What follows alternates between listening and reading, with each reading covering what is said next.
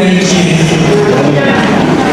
Ndugu zangu, lakini nadhani sitaeleweka kama nikiondoka pia na mimi kusisitiza swala la amani, swala la amani na upendano na mshikamano wa Watanzania.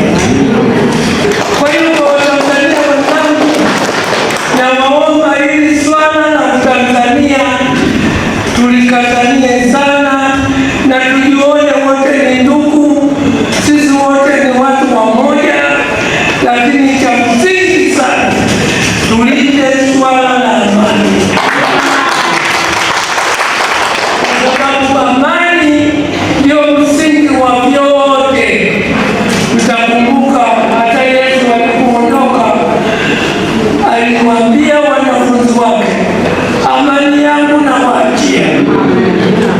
Kwa hiyo kama Yesu aliacha amani kwa wanafunzi wake, basi amani hiyo inatufikia hata sisi, tuwe na amani na upendano.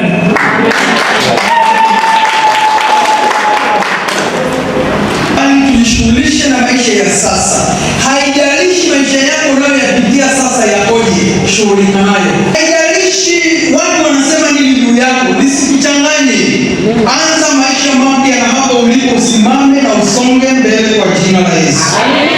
Kwa sababu ukiweka kiraka kipya kwenye vazi la zamani, kile kiraka kipya kitalichakaza lile vazi la zamani kabisa. Simame katika jambo hili. Tuendelee kumtazama Mungu katika maisha yetu.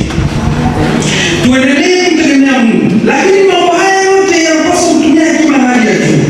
Na hiki tunapoambia kwamba mwenendo wetu uwe na hekima. Naitwa Akili Alan Lusingu, ni mwenyeji wa hapa Kiurio.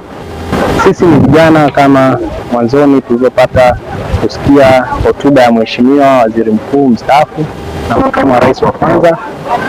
Hotuba ile imetuelekeza juu ya amani ya nchi. Nadhani katika kile kilichozungumzwa na ndio uhalisia, amani ni tunu ya taifa.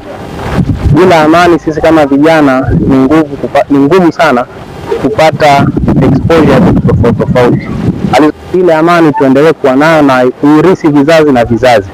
Bila amani ni ngumu kufanya uzalishaji. Usitumike kuharibu amani ya nchi hii. Unatakiwa balozi kwenye kulinda amani na kutetea taifa lako. Hatuna taifa jingine zaidi ya Tanzania.